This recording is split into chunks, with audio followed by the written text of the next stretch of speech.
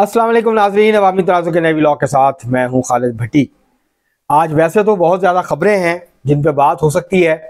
जिसमें supreme court का फैसला है, जिसमें सिविलियंस का जो फौजी अदालतों में ट्रायल था, वो जो फैसला किया था 5 रुकनी बेंच ने 4-1 से, उसको आज 5-1 से 6 रुकनी बेंच ने 5-1 से उसको जो है वो मुअत्तल कर दिया उस फैसले को। और वो जो 2 शिकों को कालादम करार दिया गया था आर्मी एक्ट की, उनको जो है एक तरह से उनको जो ख़त्म करने का या कालादम करा देने का जो फैसला था, आज 6 रुकनी बेंच ने 5-1 की अक्सरियत से उस फैसले को जो है वो आर्जी तौर पे मुअत्तल कर दिया है। अब जनवरी के तीसरे हफ्ते में इस केस की जो है वो समाअत होगी। इसकी तफसील हम आपको फिर किसी दूसरे व्लॉग में इसकी तफसील में जाएंगे कि क्या हुआ, क्या आर्गूमेंट थे। इसके अलावा आज इमरान खान साहब के ऊपर अडयाला जेल में जो साइफर केस की समाअत हुई थी, उसमें बिलाखिर आज जो साबक वज़ीर आज़म हैं, साबक चेयरमैन PTI हैं, बानी चेयरमैन आजकल उनको कहा जाता है, अब तो वो साबक चेयरमैन है PTI के, तो वो जो हैं उनके ऊपर फ़र्द जुर्म आज आयद हो गई। शाह महमूद कुरैशी साहब के ऊपर भी आज फ़र्द जुर्म आयद हो गई साइफर केस में। और अब जो जज हैं खुसूसी अदालत के अबुल हसनात ज़ुल्करनैन साहब, उन्होंने फ़ैसला किया कि वो रोज़ाना की बुनियाद पर इस केस की समाअत करेंगे। कल जो है वो शहादतें तलब कर ली गई हैं, प्रोसिक्यूटर से कहा गया कि वो अपने गवाह जो है उनको पेश करें। तो ये कार्रवाई जो है, अगर कहीं से स्टे नहीं मिला तो ये कार्रवाई अब तेज़ी के साथ आगे बढ़ने का इम्कान है। इसके अलावा जो है वो कुछ और भी अदालती कार्रवाइयाँ हुई हैं, उस पर वो इतनी अहम नहीं है, उस पर बाद में बात करेंगे फिर किसी और व्लॉग में। तो जो सबसे आज जिसके इशू के ऊपर आज हमने बात करनी है वो है जो डेरा इस्माइल खान में दहशतगर्दी हुई। दहशतगर्दी का वाक़या हुआ, 6 दहशतगर्दों ने पाकिस्तान फ़ौज की एक चौकी कह लें उसको, एक छोटी सी छावनी कह लें उसको टारगेट किया। पहले बारूद से भरी हुई जो गाड़ी थी उसके गेट से टकराई, जिसके नतीजे में इतना ज़ोरदार धमाका हुआ कि छत गिर गई नीचे। उसके बाद जो है जो वीडियो सामने आई हैं, वीडियो क्लिप सामने आए हैं, और ये वीडियो क्लिप्स जो हैं वो ट्विटर के ऊपर दस्तयाब हैं और ज़्यादातर जो हैं वो इंडिया से अपलोड किए गए और वहाँ से वो स्प्रेड किए जा रहे हैं, शेयर किए जा रहे हैं। तो वहाँ ऐसे लगता है कि जैसे स्नाइपर्स भी थे उनमें, और उन्होंने ताक के पाक फौज के जो जवान थे उनको निशाना बनाया। और उसके बाद फिर ये जो आखिर में खुदकुश हमलावर रह गए, उन्होंने खुद को उड़ा लिया। इस सारे मामले में पाकिस्तान फौज के 25 जवान जो थे वो शहीद हो गए।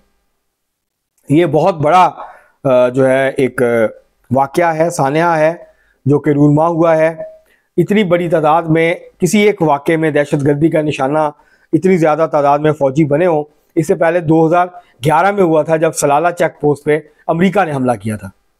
तो उसमें जो है वो कई जो है वो 2 दर्जन से ज़ायद पाकिस्तानी फ़ौजी जो हैं वो शहीद हो गए थे। उस पर पाकिस्तान ने बहुत सख्त रद्द-ए-अमल दिया था, अमेरिका से माफ़ी मांगने का मुतालबा किया था। पाकिस्तान ने नेटो सप्लाई जो थी उसको बंद कर दिया था, और जो पाकिस्तान ताउन कर रहा था अमेरिका से, वो ताउन जो है वो पाकिस्तान ने बंद कर दिया था। और फिर अमेरिका को ने बाद में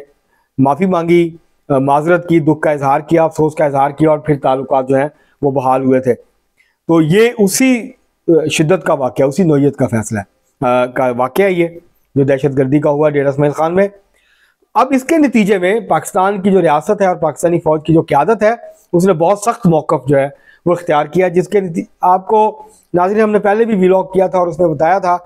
कि जो पाकिस्तान और अफ़गानिस्तान है, जब से अफ़गान तालिबान की हुकूमत आई है, उम्मीद ये थी, तवक्को ये थी कि पाकिस्तान और अफ़गानिस्तान के जो ताल्लुकात हैं वो बेहतर हो जाएंगे, और जो मगरबी सरहद है पाकिस्तान की वो मुकम्मल तौर पर महफूज हो जाएगी, और पाकिस्तान की जो तवज्जो है वो मुकम्मल तौर पर मशरक़ी सरहद और बाकी मामलात की तरफ जो है वो मबजूल रहेगी, और यहाँ अब सुकून हो जाएगा। क्योंकि पाकिस्तान के जो हुक्मरान हैं, पाकिस्तान की जो एस्टेब्लिशमेंट है, जो पाकिस्तान के इंटेलिजेंस इदारे हैं, फ़ौज की क़यादत है, वो ये इल्ज़ाम लगाती थी अशरफ गनी की हुकूमत, उससे पहले हामिद करज़ई की हुकूमत, कि उसके अंदर जो शुमाली इत्तेहाद के एलिमेंट्स हैं और वो जो हैं, और अमेरिका की फ़ौज भी उस वक्त मौजूद थी, कि वहाँ पे इंडिया का इन्फ्लुएंस बहुत बढ़ गया है, और इंडिया जो है वो यूज़ करता है जो पाकिस्तान मुखालिफ फोर्सेस हैं, वो बलूचिस्तान के अलहदगी पसंद हों, वहाँ की मुसल्ह तंजीमें हों, या वो तहरीक तालिबान की शक्ल में जो है वो वहाँ पे लोग मौजूद हों जो पाकिस्तान से भागे हुए हैं और वहाँ मौजूद हैं, और उस अफ़गानिस्तान को बेस कैंप के तौर पे इस्तेमाल करते हैं। तो ये जो था, पाकिस्तान बार बार इस इल्ज़ाम को दोहराता था, इंडिया पे इल्ज़ाम लगाता था कि वो मुदाखलत कर रहा है, और जिसकी वजह से पाकिस्तान में दहशतगर्दी जो है वो बढ़ती जा रही है। तो तवक्को ये थी कि अफगान तालिबान की हुकूमत आने के बाद जो ये मामला है ये बेहतर हो जाएगा, इंडिया की जो इसके अंदर मुदाखलत है वो ख़त्म हो जाएगी या इंतहाई कम हो जाएगी, और टीटीपी की जो कार्रवाइयाँ हैं या दहशतगर्दान की जो कार्रवाइयाँ हैं पाकिस्तान में वो ख़त्म हो जाएगी। मगर ऐसा नहीं हुआ, बल्कि तवक्कुआत के बरक्स जो तहरीक तालिबान है, पहले जब कर्नल जो है जनरल कमर जावेद बाजवा वो आर्मी चीफ थे, DGISI थे जनरल फैज़ हमीद, और वज़ीर आज़म थे जनाब इमरान खान साहब, तो उस वक्त टीटीपी के साथ मुज़ाकरात करने का और उनको मेन स्ट्रीम करने का और उनको दोबारा से ला के पाकिस्तान में आबाद करने का एक प्रोग्राम जो है मनसूबा वो शुरू किया गया। तहरीक तालिबान जो है पाकिस्तान की जो कालदम तंजीम है उसके साथ मुज़ाकरात शुरू हुए। अफ़गान तालिबान ने उसमें आयानत की, उनकी मदद की, लेकिन फिर ये सिलसिला चल नहीं सका और जंगबंदी भी हुई इस दौरान। लेकिन फिर जो है ये मामला मौकूफ़ हो गया, ये तातुल का शिकार हो गया, और जो उनकी शराइत थी वो बड़ी सख्त शराइत थी। सबसे पहली शर्त तो ये थी कि जो फाटा का मर्जर है इसको ख़त्म किया जाए और फाटा को अलग हैसियत से जो उसकी साबका हैसियत थी उसमें बहाल किया जाए।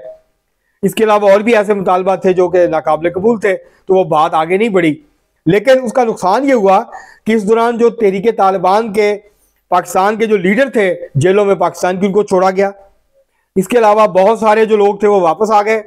उनको रीग्रुप होने का मौका मिल गया, उनको दोबारा मुनज़्ज़म होने का मौका मिल गया। तो ये जंगबंदी की आड़ में तहरीक तालिबान पाकिस्तान कालदम ने अपने आप को असर नौ पाकिस्तान के अंदर मुख्तलिफ इलाकों में अपने आप को मुनज़्ज़म कर लिया। तो ये एक ऐसी पॉलिसी थी जिसने जो ज़रब शुरू हुई थी 2014 में APS के ऊपर, जो स्कूल के ऊपर हमला हुआ था पेशावर में, जिसमें 130 से ज़्यादा बच्चे और असातिज़ा शहीद हो गए थे। तो उसके बाद जो पाकिस्तानी फ़ौज ने ऑपरेशंस किए थे जिसके नतीजे में पाकिस्तान में दहशतगर्दी का खात्मा हुआ और अमन कायम हुआ था, तो ये दहशतगर्दी को फिर पलट के वापस आने का मौका मिल गया इस गलत पॉलिसी के नतीजे में। और इमरान खान साहब की क्योंकि शुरू से ये पॉलिसी रही है कि इनके साथ बातचीत की जाए, इनके साथ मुज़ाकरात किए जाएं, ये हमारे भाई हैं, गुमराह हो गए, इनको वापस राह रास्त पे लाया जाए, इस तरह की बातें इमरान खान साहब जो हैं वो हमेशा करते रहे, हुकूमत में आने से पहले भी और हुकूमत में आने के बाद भी। तो ये एक बहुत धचका लगा पाकिस्तान की जो अमन की कोशिश थी उसको। तो अब ये जो हमला हुआ है ये एक बहुत बड़ा हमला है, और इसके नतीजे में दोनों मुल्कों के दरमियान ताल्लुकात मज़ीद ख़राब होंगे, इनके दरमियान कशीदगी मज़ीद बढ़ेगी।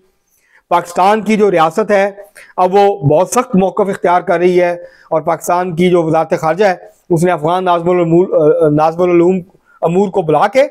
उनको पाकिस्तान का सख्त एहतजाज जो है वो रिकॉर्ड करवाया और मुतालबा किया है कि TTP की कार्रवाइयाँ रोकी जाएँ। और ये जो तहरीक जहाद पाकिस्तान के नाम से एक नई तंजीम सामने आई है, इस तरह के जो ग्रुप्स हैं जो अफगानिस्तान बेस्ड हैं, इनको जो है वो रोका जाए, इनको कंट्रोल किया जाए, या वहाँ से निकाला जाए, पाकिस्तान के हवाले किया जाए, या वहाँ से निकाला जाए। फिर पाकिस्तानी फ़ौज का ये मौक़िफ़ है कि हम उनसे निपट लेंगे। अदरवाइज़ पाकिस्तान के पास लगता ये है कि अगर ये सिलसिला जारी रहा और पाकिस्तानी फ़ौज पे इसी तरह सिक्योरिटी फोर्सेस पे हमले होते रहे, तो फिर कोई और चारा नहीं रहेगा पाकिस्तान की फ़ौज के पास कि वो जवाबी कार्रवाई करे, और जवाबी कार्रवाई के नतीजे में और ज़्यादा मामला जो हैं वो ख़राब होने का अंदेशा है। लेकिन तालिबान जो हैं वो बार बार ये कहते हैं ये पाकिस्तान का अंदरूनी मामला है, पाकिस्तान अपने हालात खुद ठीक करे, हमारे यहाँ से लोग नहीं जा रहे। तो ये जो मौक़िफ़ है तालिबान का, इसके साथ जो ताल्लुकात हैं वो मज़ीद ख़राब ही हो सकते हैं, उसके अंदर जो बेहतरी है वो नहीं आ सकती। ये बहुत बड़ा, जैसे मैंने कहा, ये बहुत बड़ा सानिया है, ये बहुत ज़्यादा जो है वो पाकिस्तानी फ़ौज का नुकसान हुआ है, और उसके बाद जो है वो सख्त रद्द अमल की तवक्को की जा सकती है। पाकिस्तानी फ़ौज ने डेरा इस्माइल खान के इर्द गिर्द के इलाकों में मिलिट्री ऑपरेशन भी किया है, जिसके नतीजे में 27 या 28 के करीब दहशतगर्द जो हैं वो मारे गए। तो ये जो कार्रवाइयाँ हैं, अब ऐसे लगता है कि जो बॉर्डर मैनेजमेंट है उसको मज़ीद सख्त करना पड़ेगा, मज़ीद सख्तियाँ करनी पड़ेंगी, और उसके अलावा जो है जहाँ जहाँ पे जो इंटेलिजेंस का सिस्टम है उसको भी बेहतर बनाने की ज़रूरत है, और कॉन्सनट्रेट करने की ज़रूरत है कि दहशतगर्दों को कार्रवाई का मौका ही ना मिले। क्योंकि मौलाना फजलुर रहमान साहब ने कुछ दिन पहले इस खदशे का इजहार किया था कि जो कुछ हो रहा है KP के कुछ डिस्ट्रिक्ट्स में, जिसमें डेरा इस्माइल खान, टांक, लकी मरवत और ये बन्नू वगैरह के ज़िले शामिल हैं, उनका ये कहना था कि रात दिन को तो पुलिस की अमलदारी होती है, लेकिन रात को मुसल्लह लोग जो हैं वो गश्त करते हैं और अमलदारी रियासत की ख़त्म हो जाती है। मुसल्लह लोग जो है, मुसल्लह गिरोह वहाँ पे दंदनाते फिरते हैं। तो इस माहौल, उन्होंने कहा था कि इन हालात में इलेक्शन का माहौल नहीं बन सकता। तो अगर इलेक्शन जो है वो सिक्योरिटी के हालात ठीक नहीं होंगे तो फिर इलेक्शंस के अंदर लोगों की दिलचस्पी भी नहीं होगी, डर और खौफ होगा जैसे 2008 और 2013 में था। तो इसको ख़त्म करने के लिए ज़रूरी है कि इन इलाकों के अंदर जो है वो कॉमिंग ऑपरेशन किए जाएँ और इन वहाँ पे अमन अमान की सूरत को बेहतर किया जाए ताकि सियासी जमातें बिला खौफ ख़तर जो है वो कैंपेन कर सकें और इलेक्शन का जो इनेकाद है उसको यकीनी बनाया जा सके। ये इसमें कोई शक नहीं है कि ये इंतहाई अफसोसनाक वाक़या है और इस तरह के वाक़यात को दोबारा ना हो, दोहराए ना जाएं। उसके लिए ज़रूरी है कि वो तमाम ज़रूरी जो एक्शन हैं, जो कार्रवाइयाँ हैं, जो बातचीत है, जो भी मामलात हैं उनको जो है वो तय किया जाए और सूरत हाल को जो है वो बेहतर बनाने की कोशिश की जाए। लेकिन ये ऐसा वाक़या है जिसके ऊपर जो है वो अगर अफगान तालिबान समझते हैं कि पाकिस्तान की तरफ से कोई रद्द-ए-अमल नहीं आएगा तो ये उनकी गलत फहमी या खुशफहमी है।